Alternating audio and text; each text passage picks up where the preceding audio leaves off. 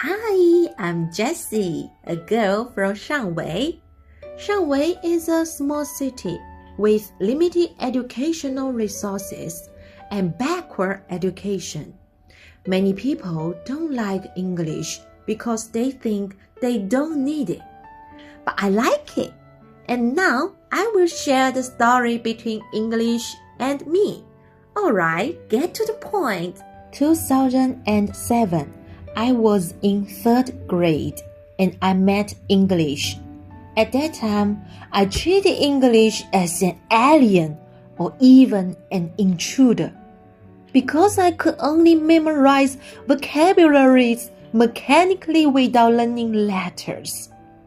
Our teacher just told us like pen, pen, 钢笔, pencil, pencil, 铅笔. But inside, I resisted. Our teacher, the only one brought us into the English world, didn't have time to help us to explore English. So, at that time, the test score like 50, 60 brought me a sense of frustration. I always asked my classmates, why we should learn English? After entering the 4th grade, I found something interesting in English. Chinese and its pinyin system became my key bridge for my English learning. When faced with unfamiliar English words, I would quickly use my mother tongue repertoire using Chinese pinyin and characters to connect English pronunciation with my cognitive framework. For example, like the first word, window, I used wu in win do to memorize it. And it did work in my English learning. I got the highest score of 98 in my test. This was my unconscious act of cultural translation, using mother tongue to remember the sound of another language. Since then, I used this interesting method to enter the English world, where English was no longer a monster. It became a novel subject that I wanted to explore. When you learn English or speak English, do you feel ashamed or fear in one moment?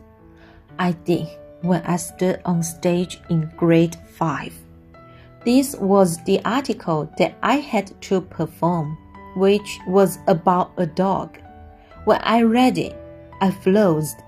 It wasn't about the words, but the cringe of identity.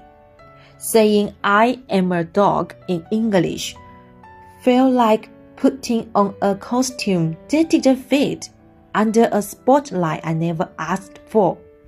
My Chinese self was watching, judging, and feeling deeply ashamed. For a long time, I was afraid to speak English in public. I just memorized words and sentences silently. After entering middle school, I accidentally discovered I could guess the pronunciation of some words. Later, learning phonetic symbols gave reason to my memory.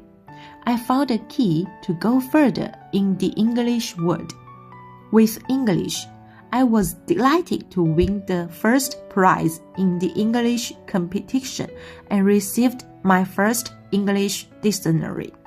And I built my confidence. Through this dictionary, I could find many differences between English and Chinese.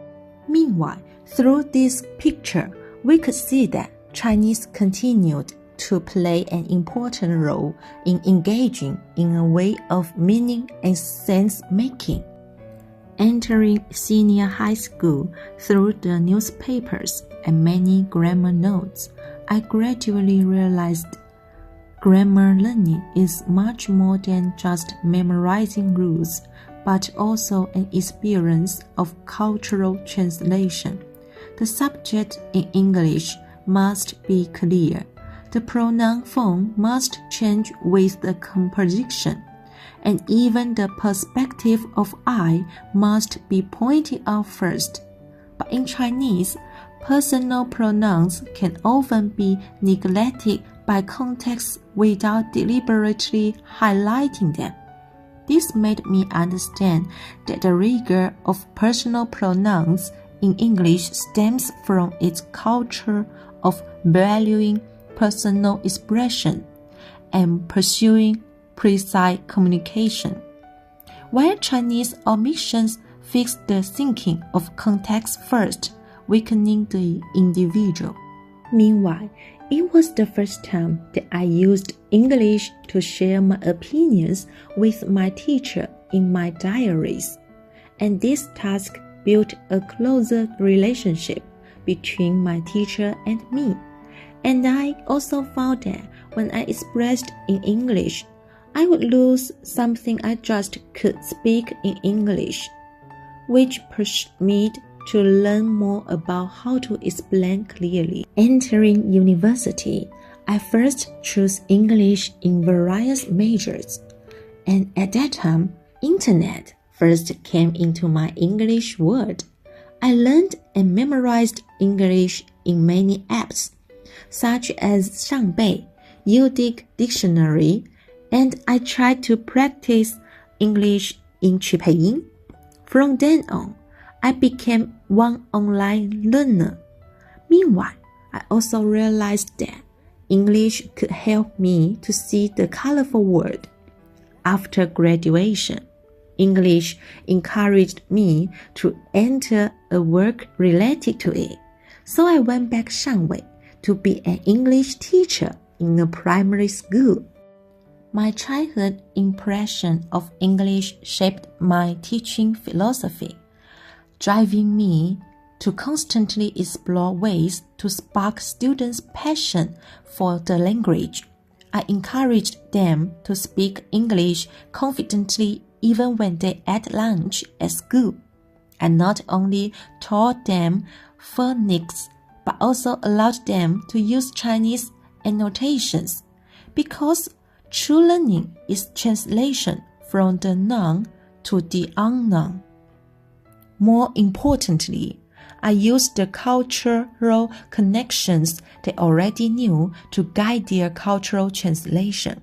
For example, I'd asked them that we greet with each other with 吃了吗 in China, because there is an old Chinese saying that the people regard food as their heaven. But why do English people say, "How are you?" instead of "Did you eat?" Then we would discuss that English greetings focus on the overall state of health to respect personal privacy, while our "eat" conveys the warmth of daily care. When I saw them describing lunch in English or remembering words through gestures, I saw not just progress, but the quiet growth of cultural identity. At this stage, digital world assisted me to build a professional identity in English teaching through Bilibili, RedNote, TikTok, and so on. Also, I would watch some interesting videos like Good Luck Charlie to practice my English, and I would also chat with intelligent assistant in Doubao in English. Now, I'm studying English in Medis after hearing the English accents of learners from different countries. I finally realized that there is no standard variety of English, and my Shanwei accent, my blackboard handwriting, my teaching pattern are my unique language identity. English has finally become the living language I use to translate myself and understand the world. I will pay attention to advertisements and places with English, and think about how they achieve their goals through multimodality. I think The study will not end, and growth will continue in my English world.